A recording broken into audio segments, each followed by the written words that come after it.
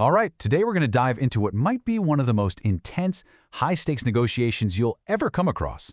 And get this, it all happens in just 5 short verses from the book of Exodus. But this brief conversation, it ends up shaping the destiny of an entire people. This is the story of how one leader, at his absolute breaking point, argued with God and actually won. I mean, seriously, think about that question for a second. How do you negotiate with God? It sounds kind of absurd, right? What leverage could any person possibly have against an all-powerful being? And yet, that is exactly the drama that's about to unfold. So the real question is, how on earth did Moses pull it off?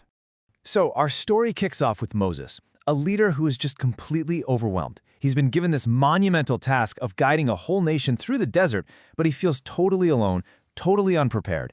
And so he goes to God, not with his head bowed in reverence, but with this raw, almost desperate plea.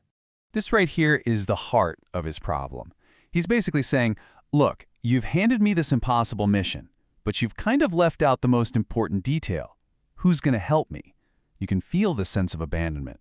He's not afraid to call God out on it. But here's where it gets really smart.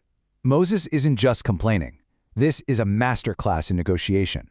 He immediately plays his trump card, their personal history. He's reminding God of a past promise, essentially saying, hey, remember me? You said you know me by name, that I found favor with you. He's using their established relationship as his main point of leverage. It's a brilliant strategic move. So, Moses has laid his cards on the table. He's been emotional, he's been strategic. How does God respond? Well, God comes back with what sounds like the perfect all-in-one solution, a promise that should, by all accounts, fix everything.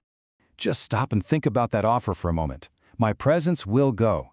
The creator of the universe is offering to personally come along for the ride. And not just that, I will give you rest, a promise of peace, an end to the struggle. Honestly, it's pretty hard to imagine a better deal. So, it seems like we're done here, right? Moses was anxious and felt alone. God offered his presence and peace. The negotiation looks like a total success. Case closed. Except, that's not what happens. Not even close. In what has to be one of the most jaw-dropping moments in the entire text, Moses doesn't just ask for a little more. He flat out rejects the offer. He hears this perfect promise, and his response is basically, nope, not good enough. Okay, so what is going on here? Why in the world would anyone turn down an offer of divine presence and rest? This is the moment the whole negotiation pivots, and we find out what Moses was really after this whole time. Let that sink in. This isn't a request anymore. This is an ultimatum. Moses is willing to call the whole thing off. The journey to the promised land, creating the new nation, all of it. He's saying, either we do this my way, or we're not moving another inch. The audacity is just breathtaking.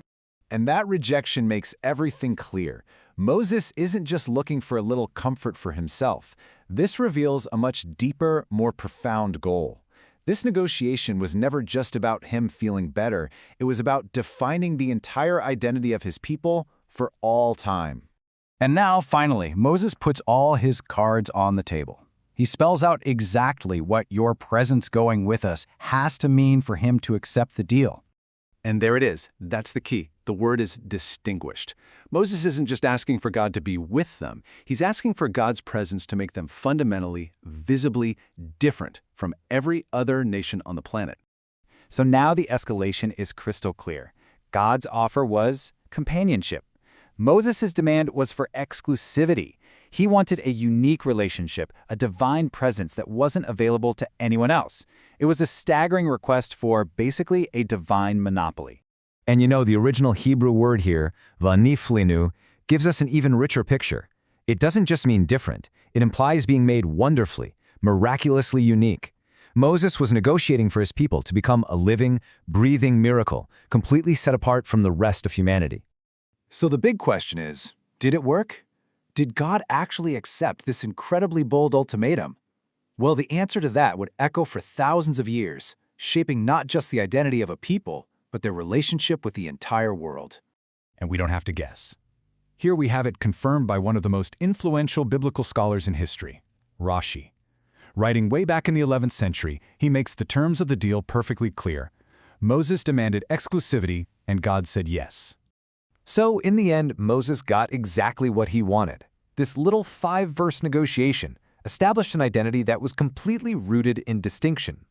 The essence of this people wouldn't just be about what they believed, but about their unique, exclusive relationship with the divine. It's an identity defined as much by what it has as by what others do not. And that leaves us with this huge, profound question that goes way beyond this ancient text. Is our own identity, as individuals, as communities, as whole nations, is it forged more by who we are on the inside or by how we set ourselves apart from everyone else? It's a negotiation we all still grapple with, and it started right here in the desert between a man and his God.